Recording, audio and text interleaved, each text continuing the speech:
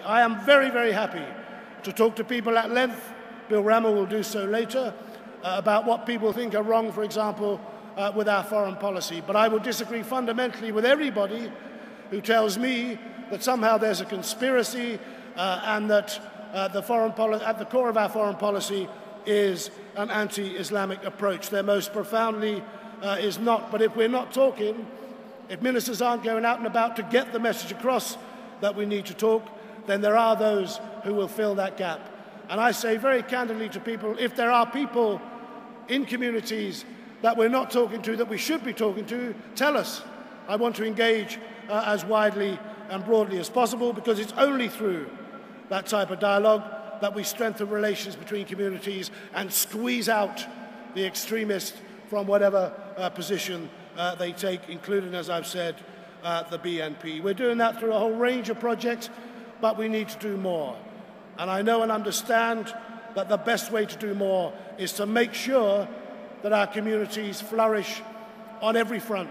And I'll come back to that in a moment. All communities will have people who hold opposing views and some who hold extremist views. We must have and encourage debate between those who hold opposing views, but we cannot tolerate those who refuse to listen to others, refuse to engage in debate, or who just discard the views of others, as some extremists do. But everyone here will know fully that things like anti-Semitism, suicide bombing, the glorification of death and murder have no place in our deliberations, have no place in our democracy, and aren't matters we will be remotely ambivalent about.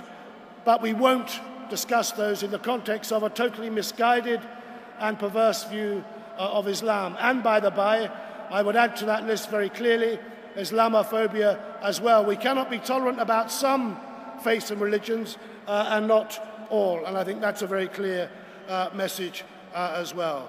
There is plenty that we can and should do, but those who would go down an extreme path and those who support them claim to be defending Muslim communities, yet Muslim communities suffer most at the hands of these people, and it affords the extremists from the other side to come out with their nonsense about falsely characterizing the Muslim community as violent and stirring up hatred, and that can't go on either. It adds to a sense of grievance in all our communities, and then we end up in a cycle of despair because we're not talking to each other and we haven't got the space to talk to each other. We need to work together in that regard. We need to break that cycle, but how do we break it? By events like today, certainly. By celebrating what brings us together, absolutely. Not by allowing fear to force us into greater retrenchment, but to work together and openly debate and challenge the views and expose their inaccuracy. That's the glory of what I've seen in the exhibition hall and the glory of many of the conversations I've had here. GPU, as I understand it, is about asserting a more positive message about what links us in our common humanity. The answer lies in the people in this hall, in the communities beyond, in the towns and cities, managing to make a reality of what this conference is trying to achieve through peace and unity. We will build a home together with no one, no community left behind.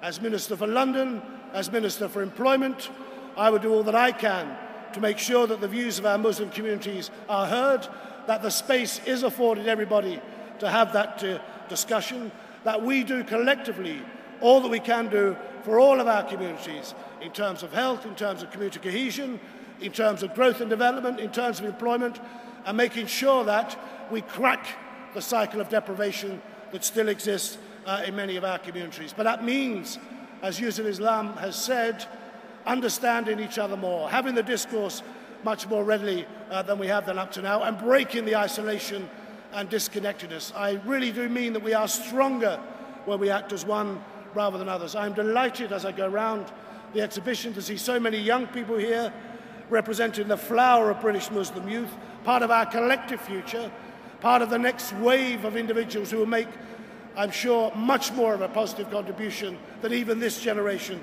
have done. But it's my job, working with government, to carry on talking to people, to engage, and to make sure that all of our children realise their potential, find their way yes, as British citizens, but also as Muslims, and actually celebrate both backgrounds and roots. And all our endeavours must push towards peace and communities. All our endeavours must make sure that none of our communities are ever left behind and we flourish as one. That's why I'm very, very happy to be here, very, very happy to speak to you briefly. I'm very, very happy to work in the cause of wider global peace and unity, because that is what makes us strong. That's what will make the country strong and all our communities strong. Thank you very, very much for listening to me. Wassalamu alaikum.